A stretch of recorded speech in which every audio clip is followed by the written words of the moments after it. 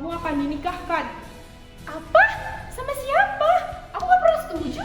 Ini bukan masalah setuju atau tidak setuju. Ini hidup aku berhak milih. Bagi semua orang, ini mungkin terdengar seperti cerita. Namun, di Sumba, ini adalah kenyataan yang masih terjadi. Wah, ini Sumba. Iya, kamu di Sumba. Indah sekali kan? Wah, indah banget. Aku mau nanya, Sumba itu apa sih? Sumba itu sudah ada ribuan tahun yang lalu. Kami memakai adat dan kepercayaan Marapu. Kalau kawin tangkap itu salah satu tradisinya ya? Benar, namanya Pitirambang. Tapi orang-orang sekarang salah mengira. Mereka mengira kita itu menculik dan memaksa perempuan. Padahal sejarahnya tidak seperti itu.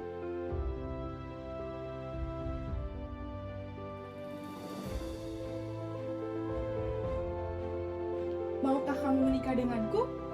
Iya, aku mau. Jadi dulu itu bukan kawin paksa ya? Bukan, awalnya seperti kawin lari. Tapi kedua belah pihak sudah memsepakati hal tersebut, di mana laki-laki dan perempuan akan pergi bersama sesuai dengan kesepakatan. Bahkan leluhur dari Sumba itu melarang keras untuk menangkap perempuan secara paksa. Terus bagaimana kalau ada yang berani menangkap perempuan secara paksa?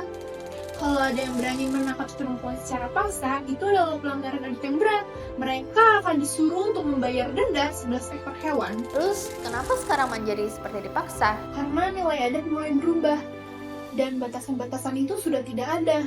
Jadi ini menjadi suatu titik di mana orang-orang memanfaatkan perempuan untuk dijadikan paksa. Saat ini, pitirana atau kawin tangkap telah bergeser dari adat yang sangat dijaga menjadi pemaksaan kepada perempuan. Bahkan ini juga dibantu oleh korban-korban atau orang yang tidak berkepentingan. Korban bisa mengalami kekerasan fisik, seksual, dan juga psikis. Bahkan jika korban melawan, dia akan mendapat stigma yang sangat buruk.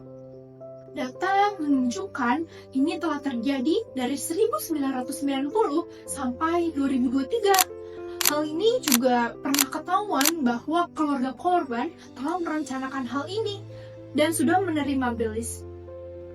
Kalau kamu mau mengetahui lebih dalam, kamu bisa membaca buku ini. Oh,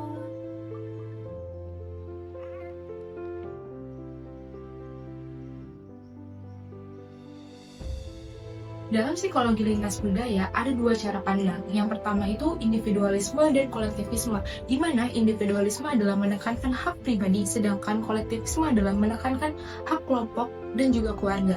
Dalam tradisi kawin tangkap, biasanya hak perempuan didasari pada pendekatan kolektivisme. jadi mereka sama sekali tidak mempunyai hak untuk menyetujui atau tidak. Iya, bahkan keputusan pernikahan aja dia nggak tahu.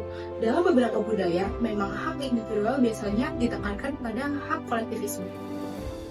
Akhirnya banyak perempuan yang menyerah, bukan karena mereka mau, tetapi karena mereka tidak punya pilihan. Dan bagi mereka yang tetap melawan, mereka bisa mendapatkan stigma dari masyarakat dengan sebutan perempuan beruang.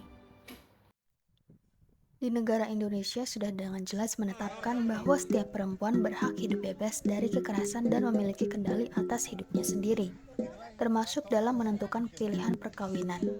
Semua itu tertuang dalam berbagai regulasi, mulai dari konstitusi, undang-undang perkawinan, hingga aturan tentang hak asasi manusia dan kekerasan seksual. Bahkan di tingkat daerah seperti di Sumba, pernah ada kesepakatan bersama pada tahun 2020 dari para pemimpin setempat untuk menolak praktik kawin tangkap. Artinya, kesadaran untuk menghentikan praktik ini sebenarnya sudah ada. Namun, pertanyaannya kemudian muncul, kalau aturan dan kesepakatan sudah jelas, kenapa praktik ini masih terus terjadi? Kenyataannya, hukum tidak selalu berjalan sekuat yang dibayangkan. Di lapangan, ada banyak faktor yang membuat penerapannya menjadi lemah. Masyarakat di berbagai daerah masih sangat bergantung pada adat, keputusan keluarga, dan norma sosial yang sudah mengakar lama. Di sisi lain, tidak semua orang memiliki pemahaman yang cukup tentang aturan hukum yang berlaku. Akibatnya, meskipun perlindungan secara hukum sudah tersedia, pelaksanaannya seringkali tidak maksimal. Dalam situasi seperti itu, perempuan sering berada dalam posisi yang sulit. Di satu sisi, ada hukum yang seharusnya melindungi mereka, namun di sisi lain ada tekanan dari keluarga, adat, dan lingkungan sosial yang tidak mudah dilawan. Memang ada kelompok masyarakat dan organisasi yang berupaya membantu mereka turun langsung ke desa-desa, berdialog dengan tokoh adat, dan mencoba meluruskan pemahaman bahwa praktik seperti kawin tangkap bukanlah bagian dari nilai budaya yang seharusnya dipertahankan. Tetapi, perubahan sosial seperti ini tidak bisa terjadi secara instan. Akhirnya, meskipun aturan sudah ada dan kesepakatan sudah dibuat, praktik tersebut masih terus terjadi hingga sekarang, karena yang dihadapi bukan hanya soal hukum, tetapi juga kebiasaan, kepercayaan, dan sistem sosial yang telah terbentuk dan mengakar dalam waktu yang sangat lama. Kawin paksa. Kepada seluruh orang tua Sumba, jangan menjodohkan anak, biarkan mereka pilih pasangan hidup. Dalam rumah tangga juga selalu banyak pertentangan. Tetapi saya harus kuat. Saya berharap kepada seluruh pemerintah untuk melindungi kami perempuan.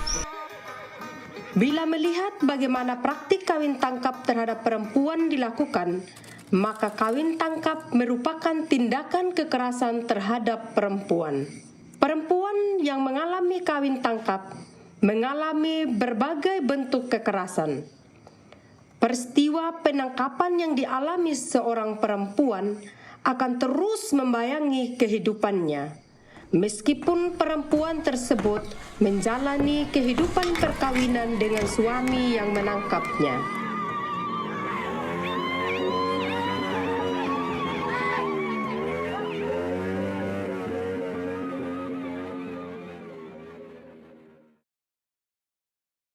Dulu orang tua karena mampu untuk denda adat, maka mereka laksanakan kawin tangkap. Sehingga berani saya tangkap ini perempuan karena sudah ketelanjuran kasih hewan ini saya punya orang tua kepada orang tuanya ini si perempuan. Kemudian itu ini perempuan dibongkar lari pulang ke orang tuanya. Maka ini orang tuanya saya berusaha lagi secara adat bawa hewan di orang tuanya untuk dikembalikan ini si perempuan. Maka ini perempuan tidak mau. Kan tidak mau ini dia larikan diri lagi di Mboro, pergi lapor di kepolisian. Bapak ini bisa masuk penjara ini kan kok jodohkan punya anak perempuan di laki-laki, bilang begitu. Tidak, bukan karena kami ini yang kami selalu pakai, yang biasa kami pakai, bilang begitu orang tua. Jadi saya sudah terlanjur terima hewan, bilang begitu. Maka ini polisi bilang, kamu pulang sudah supaya kamu atur yang baik. Maka ini orang tua rayu sudah ini si anak perempuan. Hewan anak kalang ini kita tidak mampu kembalikan. Kalau memang ini Rabu tidak mau, kita kesian menderita sudah, kita bilang begitu. Sebetulnya saya tidak mau, tapi karena saya rasa kesian ini bapak mama, jadi biarlah, bilang begitu sudah ini perempuan. Tidak apa-apa Rabu, bilang begitu. Nanti kami antar dengan secara adat supaya Rabu bisa hilang kembali, itu Rabu punya malu, bilang begitu. Maka kita di sini terima dengan secara adat, kasih hewan. Tapi sekarang saya sangat menyesal.